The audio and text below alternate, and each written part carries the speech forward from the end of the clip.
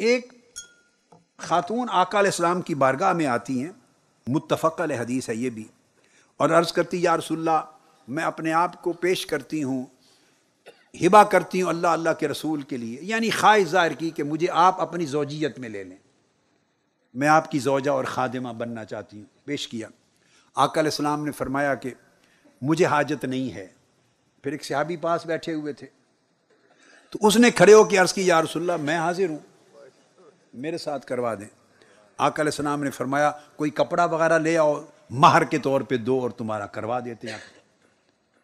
اب اس نے عرض کی یا رسول اللہ میں تو غریب آدمی ہوں، میرے پاس کپڑا ہی کوئی نہیں۔ فرمایا کچھ تو دو مہر کے طور پر، چلو لوہے کی انگوٹھی دے دو، اگر سونے چاندی کی نہیں لوہے کی ہی صحیح، انگوٹھی دے دو، کچھ تو دو اسے، مہر کیسے نکاح ہو جائے، کیسے شادی ہو بغیر مہر کے۔ عرض کہ یا رسول اللہ میرے پاس لوہے کی انگوٹھی کوئی نہیں، اتنا ہی غریب ہوں۔ اس کو فرمایا فقال ما معک من القرآن، تمہیں قرآن مجید کی کچھ صورتیں یاد ہیں؟ عرض کیا یا رسول اللہ کچھ یاد ہیں، فلاں فلاں صورتیں۔ فرمایا تم انہیں قرآن مجید کی صورتیں پڑھا دینا، یہی تمہارا مہر کر دیا۔ آپ نے سمجھا؟ ایک چیز ذہن میں رکھ لیں، ان تمام امثلہ سے آپ کا خیال اس طرف نہ جائے کہ یہ تو آقا علیہ السلام کے خصائص ہیں، امت میں تو کوئی اور شخص ایسا حکم نہیں دے سکتا۔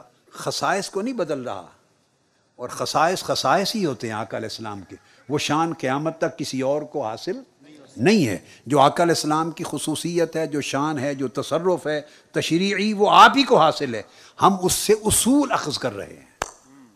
یہ نہیں کہ دوسرا آدمی بھی اس طرح کرنے لگ جائے، دوسرا بھی وہ کئی انگوٹھی کوئی نہیں تو چلو وہ کہہ دیں چلو صورتیں فاتحہ پڑھا دینا، ایسے نہیں ہے۔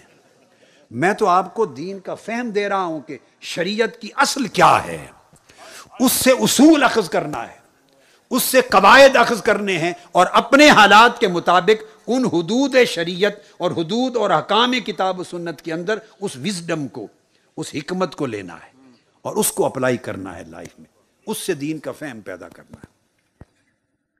آپ کی زندگی کے اپنے حالات ہوں گے، اس کے لیے اپنے احکام سے آپ استنباط کریں گے، اصول اخذ کر رہے ہیں۔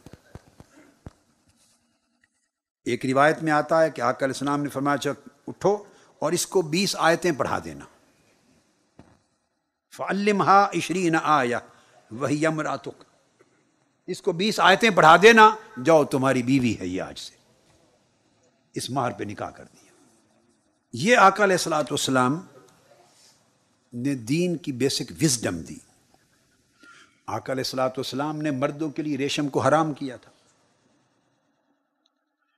2 صحابی حاضر ہوئے، ایک عبد الرحمن بن عوف اور ایک حضرت زبیر۔ عرض کیا یا رسول اللہ کہ اگر ہم ریشم نہ پہنیں، ایک نے کہا میں نہ پہنوں، دوسرے نے کہا تو جوئیں پڑ جاتی ہیں، ہماری جلدی مرض ہے، جلد کی امراض ہیں۔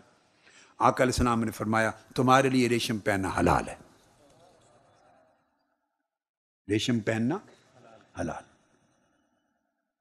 اب میں پھر بتا رہا ہوں، آقا علیہ السلام چونکہ شارع ہے، وہ جس کو حلال کہہ دیں وہ چیز حلال ہو جائے۔ یحلل لہم الطیبات ویحرم علیہم الخبائث، مگر اس سے وزڈم لے رہے ہیں، فقہی اصول، قاعدہ، ضابطہ، احکام شریعت کی روح اور دین کا پورا فہم لے رہے ہیں، جس سے فقہا نے اخذ کیا تغیر الاحکام بتغیر الزمان۔ یہ قاعدہ ان اصولوں سے اخذ کیا۔ حضرت جابر بن سمرہ بیان کرتے ہیں کہ ایک شخص کے پاس اونٹنی تھی، وہ گم ہو گئی، اس کے کسی دوست کو ملی، خیر بیمار ہوئی، بعد میں مر گئی، اونٹنی مر گئی، غریب تھے۔ اس کی بیوی نے کہا کہ اس کو ذبح کرو، کھال اتارو، تو ہم بھوکے ہیں بیچارے، کھانے کا کچھ نہیں، تو ہم کھا لیں۔ اس نے کہا یہ تو مر گئی ہے، مردار ہے، اور مردار تو حرام ہے، تو یہ تو ہم نہیں کھا سکتے جب تک کہ میں آقا علیہ الصلوۃ والسلام کی بارگاہ میں حاضر ہو کے اجازت نہیں لے لوں۔ حضور علیہ الصلوۃ والسلام کی بارگاہ میں آیا، عرض کہ یا رسول اللہ ہماری یہ حالت ہے غربت کی اور مفلسی کی، اونٹنی مر گئی ہے، مردار گھر میں پڑی ہوئی ہے، وہ تو کھا سکتے ہیں، اجازت چاہیے۔ آقا علیہ السلام نے فرمایا حل عندک غنن یغنیک، تمہارے پاس اور کوئی چیز ہے کھانے کی جو اس مردار کے کھانے سے بے نیاز کر دے؟ قال لا، یا رسول اللہ اور کچھ نہیں ہے۔ قال فکلوہا، فرمایا جاؤ اس کو کھا لو۔ مردار اونٹنی گھر میں پڑی، فرمایا کھاؤ اس کو، جا کے کھا لو۔ اور ایک حدیث میں ہے کہ وہ پورا 20 دن تک پھر اس کو کھاتے رہے، اور ایک حدیث کی روایت میں ہے کہ وہ پورا جو سردیوں کا موسم تھا پورا کھاتے رہے۔ آقا علیہ السلام نے فرما دیا تھا جب کھا لو۔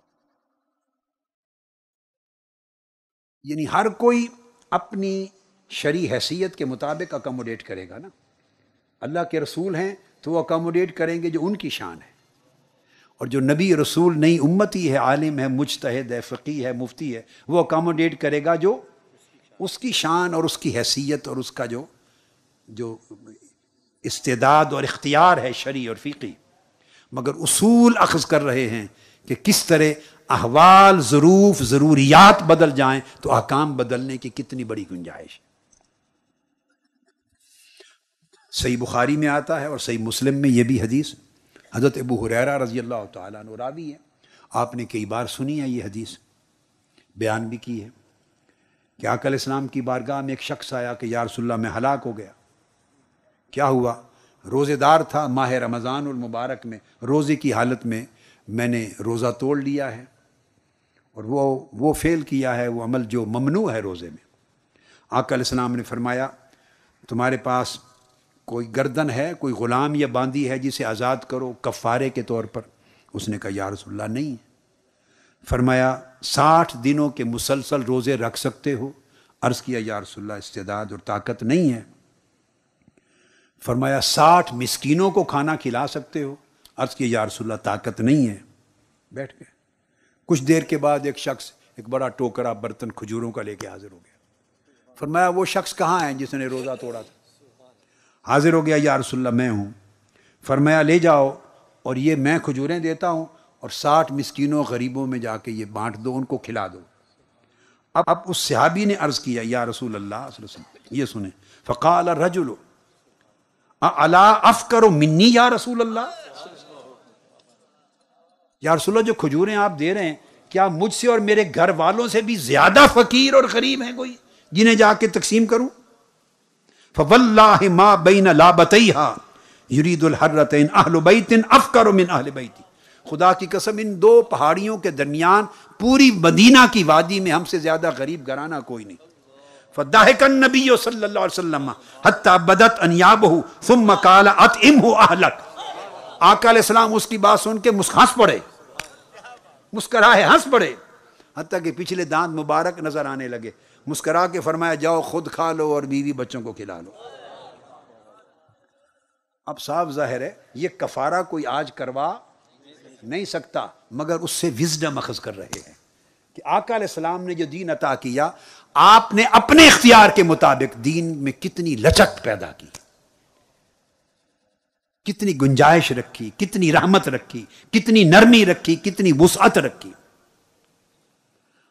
اب آپ کی جو اپنی گنجائش ہے، آپ اللہ کے نبی اور پیغمبر کا تشریع اختیار حاصل امت میں کسی کو نہیں، مگر فہم لینا ہے۔ اس سے فقہاء کرام نے یہ اصول اور کلیہ اخذ کیا ہے، کس طرح دین میں لچک اور کس طرح نرمی اور کس طرح وسعت ہے۔